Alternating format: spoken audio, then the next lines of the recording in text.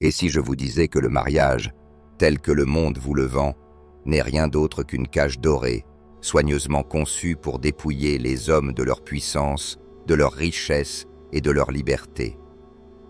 Que chaque idéal romantique que vous avez cru réel n'était en fait qu'un mensonge habilement construit, destiné à vous maintenir docile, dépendant et jetable. Nietzsche l'avait vu venir, il y a plus d'un siècle.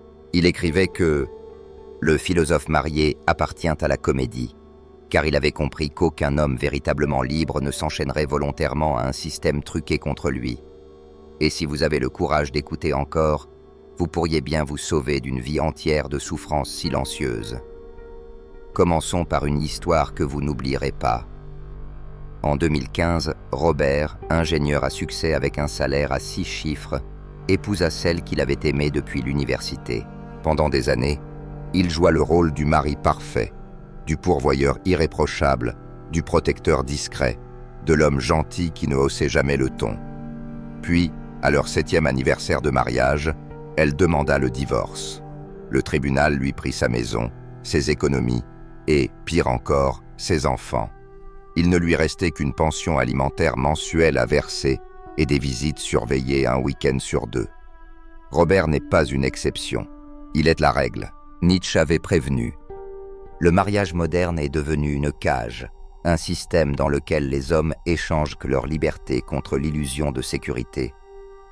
Dans Ainsi parlait Zarathustra, il écrivait « Tu n'es pas encore libre, tu cherches encore la liberté, tu dois d'abord d'être consumé par ta propre flamme. Le mariage, tel qu'il est, consume les hommes vivants. Les statistiques sont effrayantes. Plus de 70% des divorces sont initiés par les femmes, souvent dans des unions où l'homme croit que tout va bien. Le fameux « syndrome de l'épouse qui s'en va » n'est pas une légende. C'est une stratégie froide. Une étude du National Marriage Project révèle que les femmes sont bien plus enclines à divorcer lorsqu'elles se sentent malheureuses, alors que les hommes supportent le mal-être pendant des années par devoir. Et quand le divorce survient, les hommes perdent en moyenne 50% de leur patrimoine net. Certains perdent tout, mais la ruine financière n'est que la surface. La castration émotionnelle est bien plus profonde. Regardez autour de vous. Quand avez-vous vu pour la dernière fois un homme marié dans la culture populaire qui n'était pas présenté comme un idiot, un mari soumis, un cocu? De Homer Simpson à Modern Family, le mariage est mis en scène comme la reddition de l'homme à la médiocrité. Nietzsche appelait cela la morale des esclaves, un système où les hommes forts sont culpabilisés pour servir les faibles, une société qui les méprise. L'histoire le confirme avec une précision glaçante. Dans la Rome antique, le pater familias détenait un pouvoir absolu sur sa maison. Mais au XIXe siècle, la morale victorienne transforma le mariage en une prison sentimentale. Les hommes ne furent plus des guerriers ni des leaders. Ils devinrent des portefeuilles ambulants, sommés de refouler leurs instincts pour le bien de la société civilisée. Aujourd'hui encore, le système juridique traite le mari comme un simple flux de revenus. Mais voici la vérité la plus difficile à accepter. L'amour, tel qu'on vous l'a présenté, est un mensonge. L'euphorie des débuts s'estompe, mais le contrat légal, lui, demeure. Et quand elle cesse de vous aimer, l'État se range de son côté, pas du vôtre. Une étude de Harvard en 2018 a démontré que les tribunaux en matière de divorce favorisent les femmes dans plus de 80% des cas, même lorsqu'elles sont à l'origine de la rupture. Les hommes sont présumés coupables jusqu'à preuve du contraire. Mais il y a de l'espoir. Car une fois que vous voyez le piège, vous pouvez l'éviter. Les hommes qui prospèrent aujourd'hui sont ceux qui rejettent le script. Ceux qui bâtissent des empires, plutôt que de signer des licences de mariage. Ceux qui comprennent la vérité ultime de Nietzsche, l'homme supérieur est libre du troupeau. Autrefois, le mariage n'était pas un piège, c'était un trône. Une époque où l'homme n'était pas un guichet automatique, mais le maître de sa destinée. Les Spartiates l'avaient compris. Un homme spartiate ne quémandait pas la loyauté, il l'imposait. Sa femme ne demandait pas le divorce sur un coup de tête. Elles le respectaient, le craignaient, le suivaient. Pourquoi? Parce qu'il était un guerrier, un conquérant. Un homme qui préférait mourir que d'être faible. Aujourd'hui, un homme peut se faire retirer la garde de ses enfants pour avoir manqué un seul paiement de pension. Que s'est-il passé? La réponse réside dans l'un des projets d'ingénierie sociale les plus efficaces de l'histoire: le démantèlement systématique de l'autorité masculine. Au Moyen Âge, le mariage était un contrat entre familles, pas une institution régie par l'État.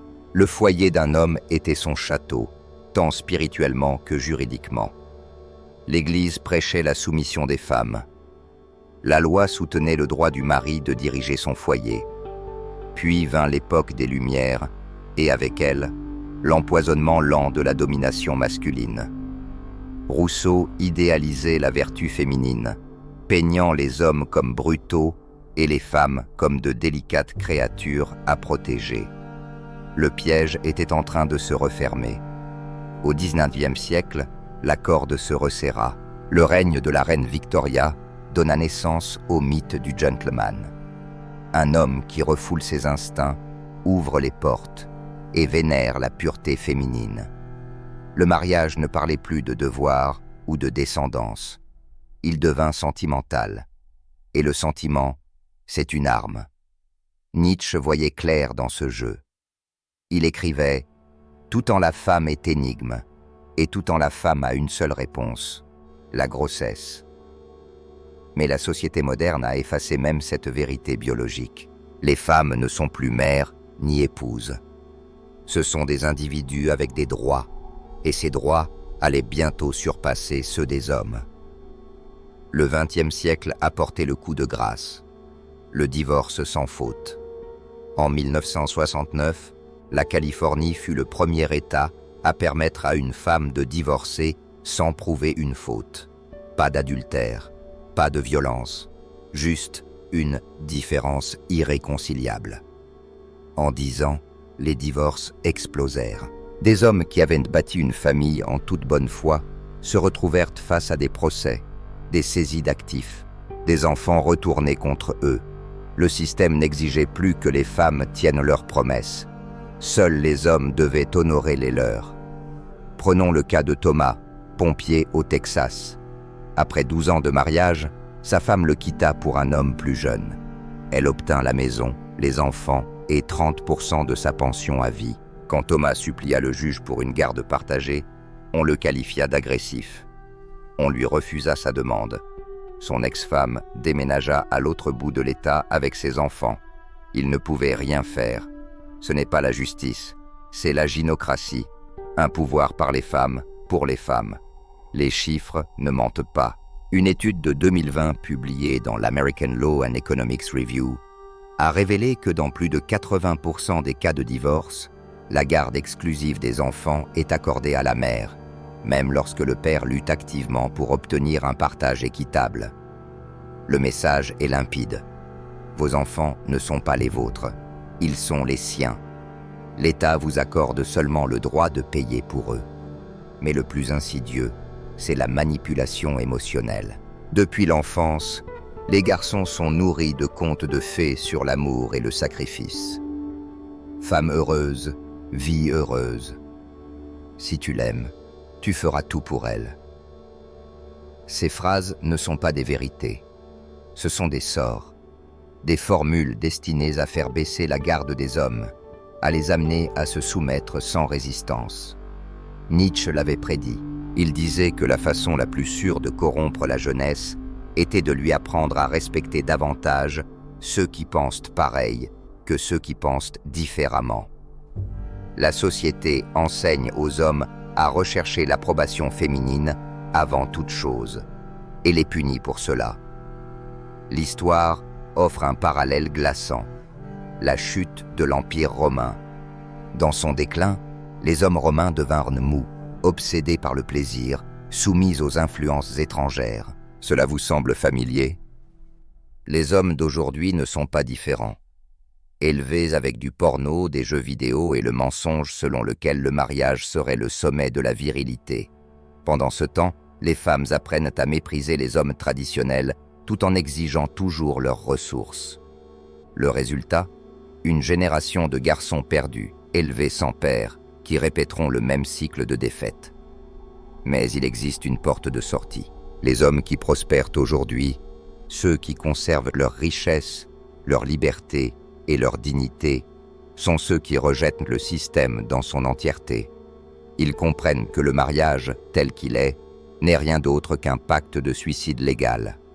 Ils se concentrent sur la construction d'empires, pas de famille. Ils adoptent ce que Nietzsche appelait la volonté de puissance, cette force inébranlable qui pousse l'homme à dominer sa propre existence plutôt que de se soumettre à un système corrompu. Mais le mensonge le plus dangereux, celui qui enchaîne des millions d'hommes dans le silence et le sacrifice, c'est celui de l'amour lui-même. Un mensonge biologique, psychologique, universel. Il faut révéler maintenant l'arme secrète, la guerre émotionnelle cachée derrière la romance. Car chaque émotion que vous avez ressentie, chaque geste d'amour, chaque promesse prononcée, tout cela a été conçu pour vous dominer. Revenons à la base, la biologie. Ce que l'on vous a appris à appeler amour n'est qu'une série de réactions chimiques déclenchées par l'évolution. Rien de sacré, rien d'éternel, juste de la dopamine, de l'adrénaline et une série de mécanismes archaïques destinés à vous attacher émotionnellement à une femme. Pourquoi? Parce que sans ce lien chimique, aucun homme ne tolérerait les déséquilibres du couple moderne. En 2013, la neuroscientifique Helen Fisher mena une étude révolutionnaire. Elle plaça des hommes au cœur brisé dans des IRM et observa que leur cerveau s'illuminait exactement comme celui de toxicomanes en sevrage. Sa conclusion: l'amour n'est pas une émotion, c'est une addiction.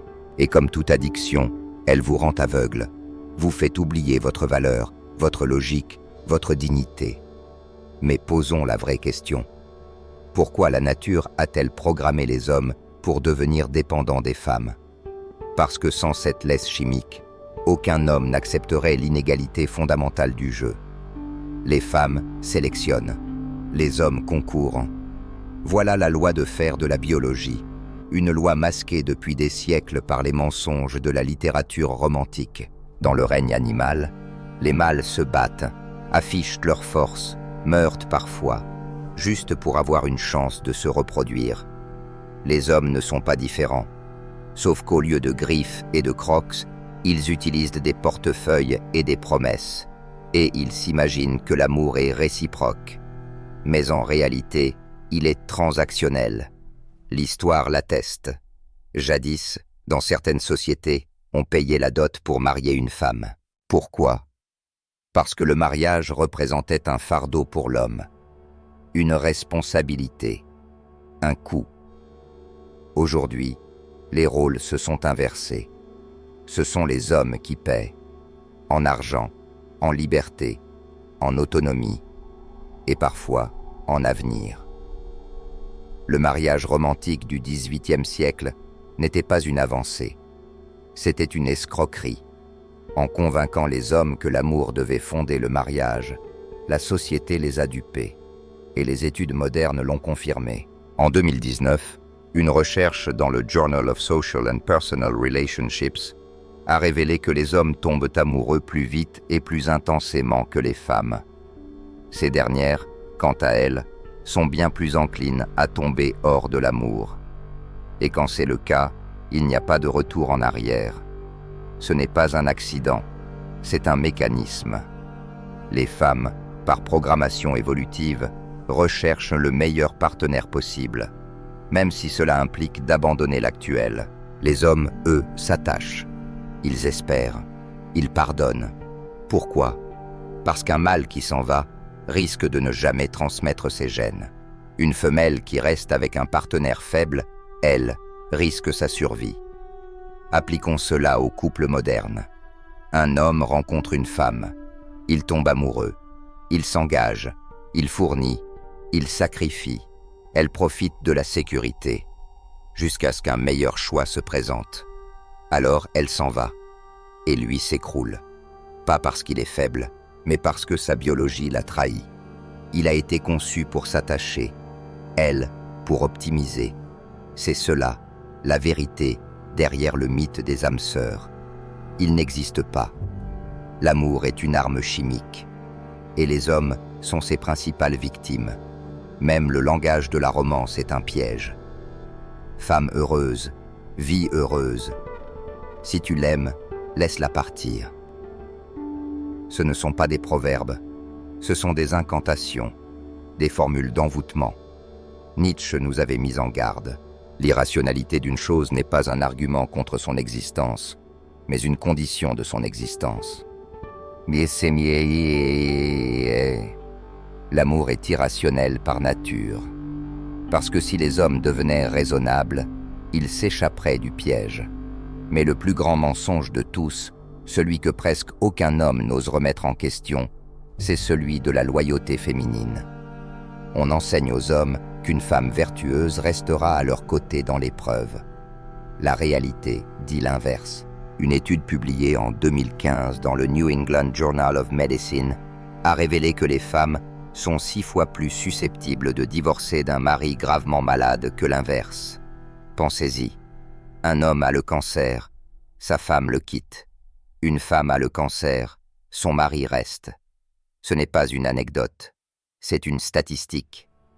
La loyauté féminine est un mythe vendu aux hommes pour les maintenir dociles. Alors, que faire? Se détacher, pas devenir amer, pas haïr, juste voir clair. Les hommes qui prospèrent sont ceux qui comprennent que l'amour n'est qu'une réaction chimique, pas un lien divin. Ils apprécient les femmes, mais ne les vénèrent pas. Ils construisent des empires, pas des hôtels. Ils savent ce que Nietzsche avait compris. L'homme de savoir doit pouvoir non seulement aimer ses ennemis, mais aussi haïr ses amis. Mais une fois l'illusion détruite, que reste-t-il pour les hommes? Si l'amour est un mensonge, si le mariage est un piège, s'il n'existe ni loyauté promise, ni lien sacré, que reste-t-il à poursuivre?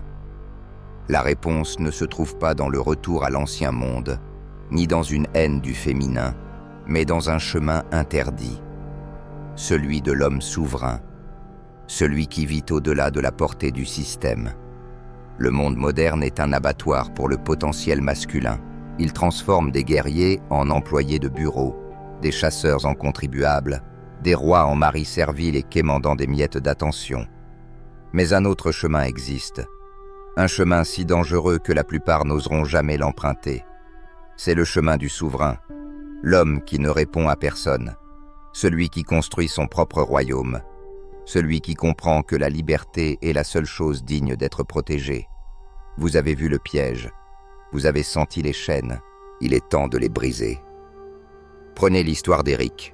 Banquier à Wall Street, il avait suivi toutes les règles. Il s'était marié avec son amour d'université, avait acheté une maison en banlieue, travaillé 80 heures par semaine pour subvenir aux besoins de sa famille. À 42 ans, il rentre chez lui, découvre une maison vide et une note sur le comptoir. Elle était partie avec les enfants, la moitié de ses biens, et l'avait remplacée par un professeur de yoga. La plupart des hommes se seraient effondrés, noyés dans l'alcool, les antidépresseurs, ou pire. Mais Eric fit un choix radical. Il tourna le dos, non pas à la responsabilité, mais au mensonge. Il s'installa au Monténégro, fonda une entreprise de conseil à distance et vécut selon ses propres règles. Pas de pension alimentaire, pas de bataille juridique, pas de supplication pour voir ses propres enfants. Il était libre, et cette liberté le rendait plus dangereux que n'importe quel homme marié. C'est ce que Nietzsche voulait dire lorsqu'il écrivait. L'individu a toujours dû lutter pour ne pas être submergé par la tribu. Si tu l'essayes, tu seras souvent seul et parfois effrayé. Mais aucun prix n'est trop élevé pour le privilège d'être maître de soi-même. Et l'homme souverain comprend que le vrai pouvoir ne réside pas dans la domination des autres, mais dans l'impossibilité d'être dominé. Il ne rejette pas les femmes. Il les voit telles qu'elles sont, des distractions magnifiques, jamais des destinations. L'histoire murmure la vérité à ceux qui savent écouter. Les stoïciens romains l'avaient compris.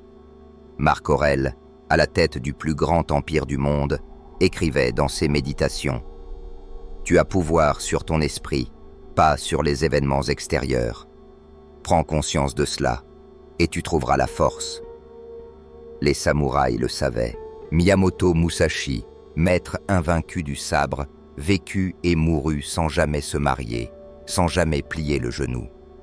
Ces hommes n'étaient pas seuls, ils étaient libérés. Tandis que les autres mendiaient de l'amour, ils se maîtrisaient. Tandis que certains construisaient des familles fragiles, eux bâtissaient des légendes qui traverseraient les siècles. Les données modernes le confirment. Une étude de 2021, publiée dans le Journal of Happiness Studies, a révélé un fait surprenant. Les hommes célibataires et sans enfants sont le groupe le plus heureux de la société moderne. Pas les femmes, pas les hommes mariés, les hommes qui ont osé dire non au scénario imposé. Dans le même temps, le National Bureau of Economic Research a établi que le mariage diminue le bonheur masculin de 14% en moyenne, tout en augmentant celui des femmes de 10%. Les chiffres ne mentent pas. Le mariage est un transfert de bonheur des hommes vers les femmes, un vol maquillé en tradition. Mais l'homme souverain va au-delà du simple refus. Il construit, il crée. Il devient une entité que le système ne peut plus atteindre. Regardez les grands esprits, les perturbateurs de l'ordre établi. Tesla, Beethoven, Léonard de Vinci, Nietzsche lui-même. Aucun d'eux n'était un père de famille. Ce furent des obsédés, des monstres de volonté qui ont troqué le confort domestique contre l'immortalité. Leur équivalent moderne, les milliardaires de la tech qui évitent le mariage comme la peste, les artistes qui refusent de s'installer, les philosophes qui plongent leur regard dans l'abîme sans cligner des yeux. Ces hommes ne se contentent pas de rejeter le système, ils le rendent obsolète. Le chemin n'est pas facile.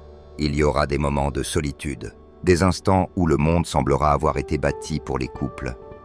Chaque publicité, chaque film, chaque fête vous renverra votre différence au visage. C'est l'épreuve finale. La plupart échouent ici. Ils rampent vers les applications de rencontres, vers les compromis, vers un lent suicide émotionnel. Mais l'homme souverain reste debout. Il comprend ce que la masse n'apprendra jamais, que la véritable connexion naît de la force, pas du besoin, que les femmes, comme tous les êtres humains, sont attirées par la puissance. Pas la puissance de dominer, mais celle d'être entier, inébranlable, complet en soi-même. Votre mission, si vous avez le courage de l'accepter, est simple, mais brutale. Premièrement, bâtissez un corps qui impose le respect. Deuxièmement, accumulez une richesse qu'on ne pourra jamais vous confisquer. Troisièmement, cultivez un esprit suffisamment aiguisé pour trancher à travers toutes les illusions. Et quatrièmement, apprenez à embrasser la solitude, jusqu'à devenir quelqu'un que les autres rêveront de suivre. C'est cela, l'essence du surhomme de Nietzsche. Non pas une caricature arienne, mais l'homme qui transcende la morale petite bourgeoise du troupeau. Le système vous haïra pour cela. Il vous traitera d'égoïste, d'immature, d'homme incapable de s'engager. Qu'il le fasse. Le même système qui encense les mères célibataires diabolise les hommes célibataires. Pourquoi ? Parce qu'un homme qu'on ne peut pas contrôler est la plus grande menace pour l'ordre social. Il ne consomme pas sans réfléchir. Il n'obéit pas sans questionner. Il est une carte sauvage dans un monde bâti sur la prévisibilité. Mais ce n'est pas une croisade contre les femmes. C'est un acte d'amour envers soi-même. L'homme souverain apprécie les femmes, les chérit même, mais ne les idolâtre jamais. Il sait qu'au-delà du maquillage, des slogans et du marketing, elles sont humaines, complexes, parfois magnifiques, et tout aussi piégées par leur biologie que les hommes. La différence, lui, il refuse de jouer. L'avertissement final de Nietzsche résonne encore à travers les siècles. Deviens ce que tu es. Pas un mari, pas un pourvoyeur, pas un personnage secondaire dans l'histoire de quelqu'un d'autre. Deviens l'auteur, le créateur, le héros de ta propre légende. La question n'est pas de savoir si tu es capable de cette transformation. Tu l'es, La véritable question est: es-tu assez courageux pour l'essayer? La porte de la cage est ouverte. Sors.